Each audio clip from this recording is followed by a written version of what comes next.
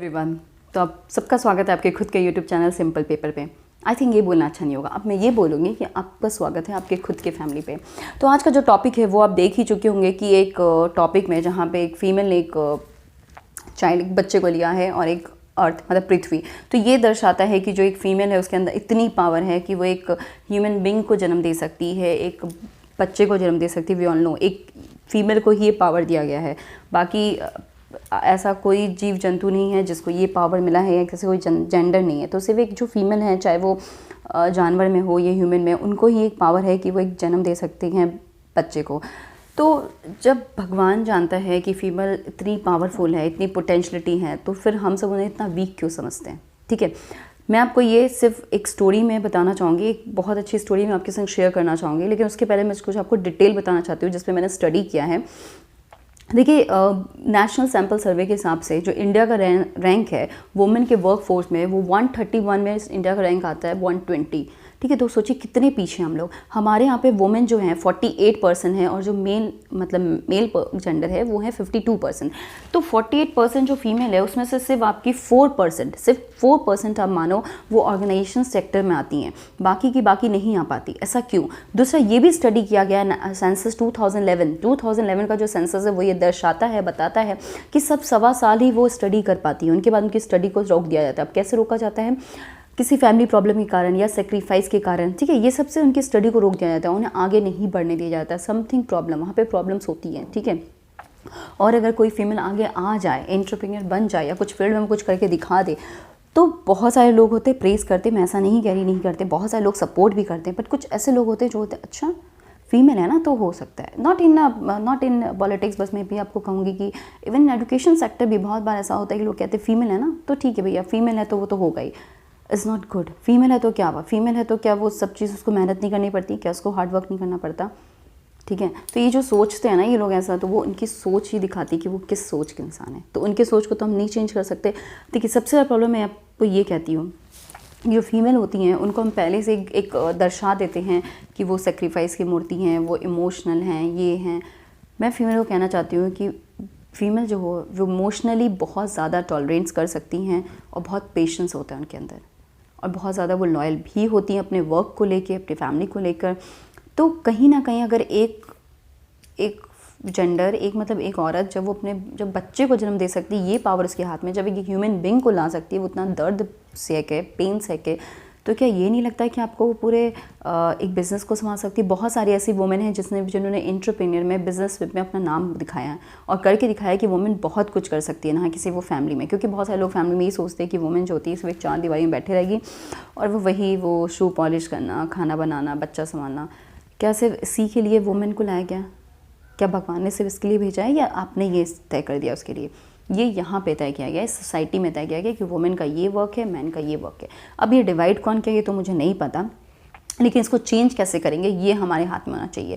तो देखिए, जब भी एक प्रॉब्लम्स होते हैं ना, तो जिनको प्रॉब्लम होते हैं अगर वो अपने लिए स्टैंड नहीं लेंगे कभी भी, तो कोई भी ऐसा नहीं है जो आपके लिए स्टैंड लेगा।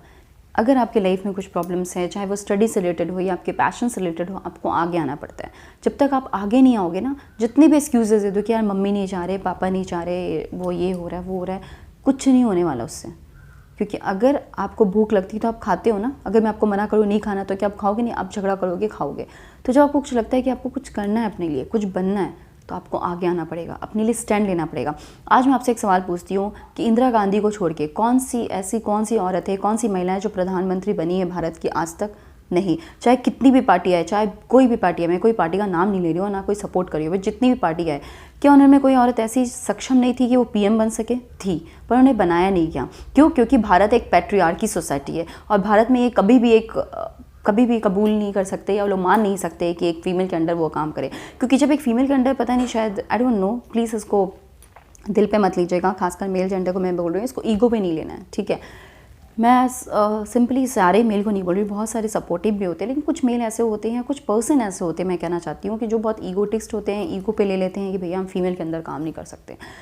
तो आप खुद सोचिए, जो 1/3 बिल जो है, 1/3 बिल जो है आज भी लोकसभा में पेंडिंग है, वो पास नहीं हुआ है। क्यों नहीं पास हुआ? What are the reason behind this? उसे पास होना चाहिए ना। जबकि पंचायती राज एक छोटे लेवल पे, लोअर लेवल पे वो पास हो चुका है। जब हमारा 3 टियर सिस्टम होता है ना, जैसे हमारे होते हैं सेंटर पे, स्टेट पे, फिर लोकल गवर्नमेंट, तो लोकल गवर्नमेंट ने पास कर दिया, वो रिजर्वेशन दे दिया वुमेन को।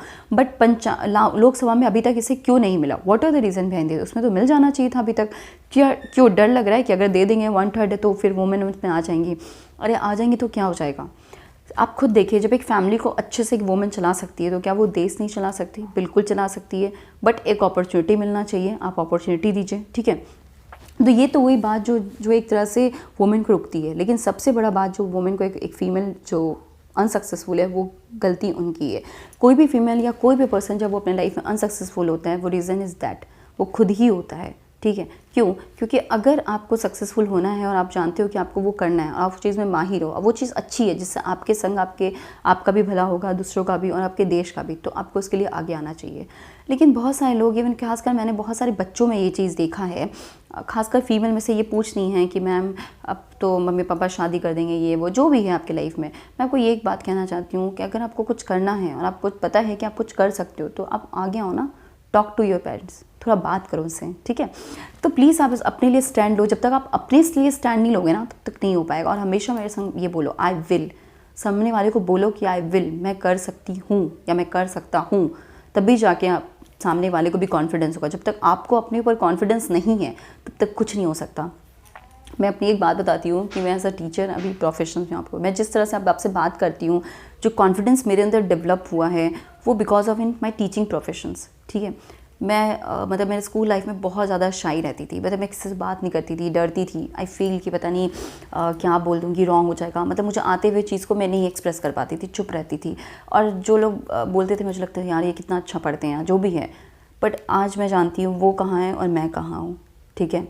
तो मैं ये नहीं कह रही कि I am not proud of my self, मैं ये प्राउड का बात नहीं है, बट मैं कहना चाहती हूँ कि आपको, आपके अंदर बहुत सारे टैलेंट होते हैं, उस टैलेंट को पहचानो और अपने लिए खड़ा होना सीखो और आगे बढ़ाओ। क्योंकि कंफर्ट जोन में कभी भी हम सक्सेस नहीं हो सकते, चाहे कुछ भी हो जाए, कोई भी सक्सेस नहीं हो सकता, ठीक है। तो जैसे मैंने आपको कहा था कि मैं आपके संग स्टोरी शेयर करूँगी, तो ये स्टोरी सबके लिए है, सिर्फ मेल या फीमेल के लिए है। तो देखिए ये स्टोरी है क्या। एक्चुअली जो फ्रेंड है, उसकी फ्रेंड से, मतलब मैं नहीं जानती, मैं फ्रेंड्स की फ्रेंड से ये स्टोरी सुना, फिर मेरी फ्रेंड्स ने मुझे बताया कि उसकी एक मैम थी, वो वहाँ पे यूपीएससी की प्रिपरेशन कर रही थी और उसकी वहाँ पे एक मैम थी। तो जो मैम थी वो उसके संग बहुत मस्ती मजाक ऐसे करती थी, तो जस्ट होता था जो भी था।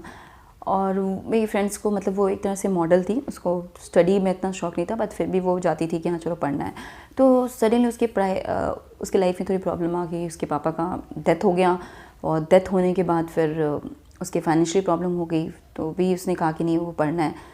तो वो जब जाती थी ट्यूशन, तो वो जो मैम थी उसके संग बहुत मजाक करती थी। तो एक दिन उस मैम ने उसके संग मजाक ऐसे बोला, क्या बात है, ऐसे कर दिया। तो मेरी जो फ्रेंड थी, वो उनकी आंखों से आंसू गिर गया। जब उनकी आंखों से आंसू आ गया और वो वहाँ से चली गई, तो मैम समझ गई कि कुछ बहुत बड़ा प्रॉब्लम है।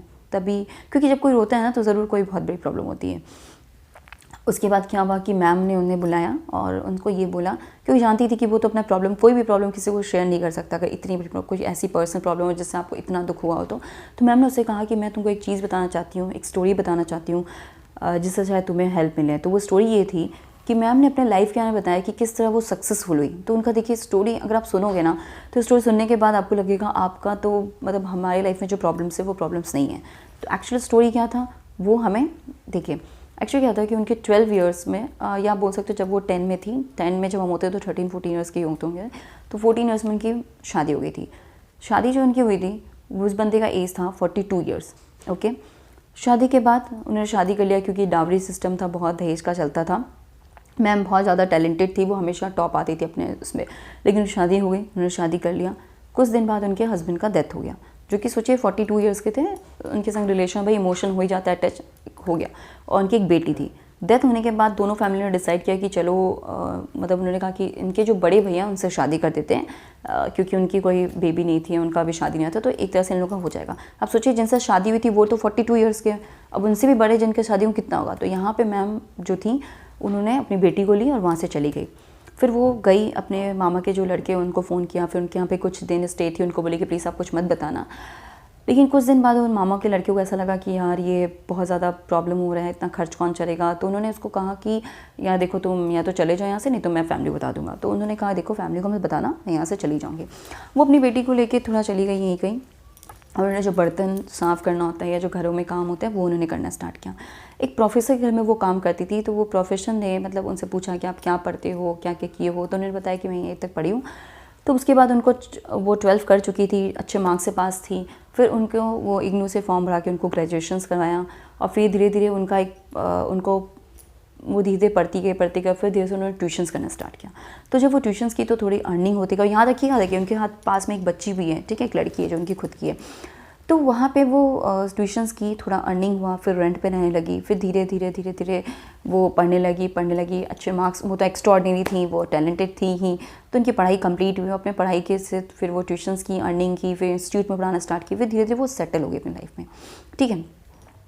तो जब वो एक चीज़ मैं यहाँ पे बताना चाहती हूँ कि जब वो काम करने जाती थी, लोगों के घर में बर्तन मान लें या जो भी काम करने जाती थी, तो वो जिस जगह से जाती थी ना, वो जगह बड़ा सन्नाटा था, बड़ा मतलब जंगल टाइप का था। तो वहाँ से जाना, तो बहुत सारे लोग उनको कमेंट देते थे, बहुत सारे कुछ कहते भी थे, और उनको ये भी नहीं, और उस समय उनकी हालत ऐसी थी कि उनको पता नहीं था कि आज खाना मिलेगा तो कल क्या खाना है। तो जो घर के लोगों में बासी, मतलब जो काम करती थी उनके लोगों का जो बासी खाना था वो खाती थी। तो इस तरह से उन्होंने बहुत स्ट्रगलिंग्स अपनी लाइफ को, लेकिन उन्होंने हारा नहीं। और फिर एक दिन जब वो उस बंदी को जब उन्होंने सुनाया, तो वो बंदी को लगा यार मैम की स्टोरी के सामने तो मेरी स्टोरी कुछ नहीं है।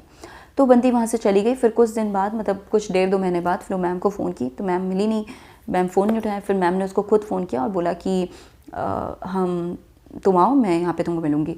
तो वो गई ट्यूशन, तो देखिए बड़ा सन्नाटा है उस, और वो एरिया सन्नाटा नहीं रहता था, बहुत मतलब खाली था वहाँ पे। डिफेंस मतलब ऐसे कुछ प्रोटेक्ट किया गया था, चलो कोई मिनिस्टर आ रहे। तो उसने देखा कि मैम उतर रही है, और मैम कुछ नहीं, मैम एक UPSC एस्पिरेंट हो गई थी, उनका पोस्टिंग हो गया था वहाँ पे, और वो मिनिस्ट्री ऑफ डिफेंस के अंदर काम कर रही थी। तो अब समझ आया ये चीज़। तो उस बंदी को वहाँ देख के, तब उस जो बंदी थी, जो मेरी फ्रेंड के फ्रेंड थे, उससे रियलाइज़ हुआ कि जो प्रॉब्लम्स होता है, जो चैलेंजेस होते हैं, वो हमेशा हमारे लाइफ में आते हैं, पर इस चैलेंजेस को हम ऐसे छोड़ नहीं सकते। और ना हम ये सोच सकते हैं कि भैया चैलेंजेस है तो हम हार मान लें, क्योंकि चैलेंजेस जो होते हैं वो आपको स्ट्रॉन्ग करते हैं, वीक नहीं करते, ये हमेशा याद रखिएगा। और जो बंदा इस चैलेंजेस को एक्सेप्ट करके आगे बढ़ता है, उसे ही कुछ मिलता है। मैम के लाइफ में देख सकते हो ना, जो मैंने आपको स्टोरी सुनाई, इनकी लाइफ में कितनी प्रॉब्लम थी, जबकि ये भी नहीं पता था इनको कि कल ये कुछ खा पाएंगे कि नहीं। क्या मेरे और आपकी लाइफ में ऐसी कोई प्रॉब्लम है? मैं आप सब बच्चों से पूछना चाहती हूँ कि आपकी लाइफ में इतनी बड़ी प्रॉब्लम है कि आपको ये पता है कि आपको कल खाना मिलेगा कि नहीं मिलेगा? ऐसी प्रॉब्लम तो नहीं है, और इससे ज़्यादा बड़ी प्रॉब्लम कुछ लाइफ में नहीं होती। बाकी जो भी प्रॉब्लम लाइफ में, वो बस छोटी मोटी है, या तो हमने खुद से वो प्रॉब्लम क्रिएट की है, ठीक है। क्योंकि हंग्री जो होता है वो सबसे बड़ा प्रॉब्लम है। जैसे हमारा कोरोना से बहुत बड़ी डिजीज़ है हंगर डिजीज़, लोग जो भुखमरी से मर रहे हैं, आज तक हम लोग ने कभी इसके बारे में सोचा नहीं, ठीक है। तो ये भी सोचिए कि जो बंदे को ये नहीं पता था कि उसको कल ये खाना मिलेगा कि नहीं, कल उसके संग क्या होगा, फिर भी वो इतना एक्सीलेंट, मतलब वो इतने, मतलब वो हिम्मत से चैलेंजेस को एक्सेप्ट करते हुए, वो भी एक फ़ीमेल जिसके कोई नहीं थे, जिसके मम्मी पापा कोई, मतलब उन्होंने बोल दिया चलो यार लड़की चली गई, छोड़ो अब जो भी होगा, तो कोई नहीं था उन्हें सपोर्ट करने वाला, वो अकेले अपने दम पे खड़ी हुई, ठीक है। तो ये स्टोरी मैंने इसलिए बताया ताकि आपको एक मोटिवेशन मिले। और बहुत सारे स्टूडेंट हैं जो मुझे ये कहते हैं कि मैम मेरा तबीयत ख़राब हो गया है, या मैम हम ये एग्ज़ाम दे रहे हैं, वो एग्ज़ाम दे रहे हैं। मैं आपको यही कहना चाहती हूँ कि आप कुछ भी एग्ज़ाम दो, कुछ भी करो, तबीयत ख़राब हो, जो भी हो, अगर आपको कुछ करना है तो आप करोगे। अगर आपको नहीं करना तो बहुत सारे एक्सक्यूजेस है जो आप मुझे हमेशा दोगे, और मैं सिर्फ ओके बच्चा कह के उसे टाल दूँगी, ठीक है। देखिए हमेशा एक चीज़ याद रखिए, किसी समझदार इंसान ने कहा है कि मेहनत करने वाले, जो मेहनत करते हैं ना, जो मेहनत करने वाले जितना छोड़ देते हैं उतना ही आराम करने वालों को मिलता है। तो आप सिर्फ भरोसा रखोगे कि हमको मिल जाएगा, सिर्फ सोचते रहोगे तो उतना ही मिलेगा जितना एक मेहनत करके छोड़ देगा। तो आपको ये सोचना है कि आपको मेहनत करके कुछ करना है, या बस जो छोड़ा हुआ चीज़ है उसे एक्सेप्ट करना है, ये याद रख लीजिएगा, ठीक है। चलिए एक लास्ट एडवाइस देती हूँ। तो मैं कुछ एडवाइस नहीं देती हूँ क्योंकि एडवाइस देके फ़ायदा नहीं है, तो मैं सिंपली ये कहूँगी कि तुमसे ना हो पाएगा, क्योंकि मुझे पता है कि इतना बताने के बाद भी आई डोंट नो कितने बच्चे मोटिवेट होंगे या कितना कुछ करेंगे। खास कर ये फीमेल्स के लिए था, तो आई होप कि कुछ लड़कियों का लाइफ बदले और कुछ वो अच्छा करें, क्योंकि जब तक आप अच्छा नहीं करोगे ना, तो बहुत सारे लोग होते हैं मैम हमें इनके लिए ये करना है, इसके लिए वो करना है। पहले आप खुद के लिए कुछ कर लो, ठीक है। तो चलो इस सेशंस को यहीं पे कंप्लीट करते हैं, लेकिन मैं आपको बता दूं कि हमारा ज्योग्राफी सेशंस और इकोनॉमिक सेशन शुरू हो गया है। आपकी स्वाति मैम वापस आ चुकी है, ठीक है। तो मैं सारे सेशंस को कंटिन्यू करूँगी, लेकिन बार बार मैं आपको कह रही हूँ कि आपका सपोर्ट चाहिए। जितना हो सके इस सेशन को शेयर कीजिए, बच्चों तक जल्दी चाहिए। और हाँ, एक चीज़ बहुत बार कंप्लेन, मतलब एक तरह से कंप्लेन नहीं है, मैं आप सबसे पूछना चाहती हूँ, बहुत बार ये आता है मैसेज में भी या कमेंट में भी कि मैम आप सामने आइए। मुझे ये बताइए कि मैम के सामने आने से क्या होगा? आपको तो पढ़ने से मतलब है ना, मैं तो आपको पढ़ा रही हूँ, आपको नॉलेज दे रही हूँ, तो फिर मैं सामने आऊँगी, it doesn't matter for you ना। आपको तो पढ़ने से मतलब है, आप पढ़ाई पे फोकस कीजिए, ठीक है।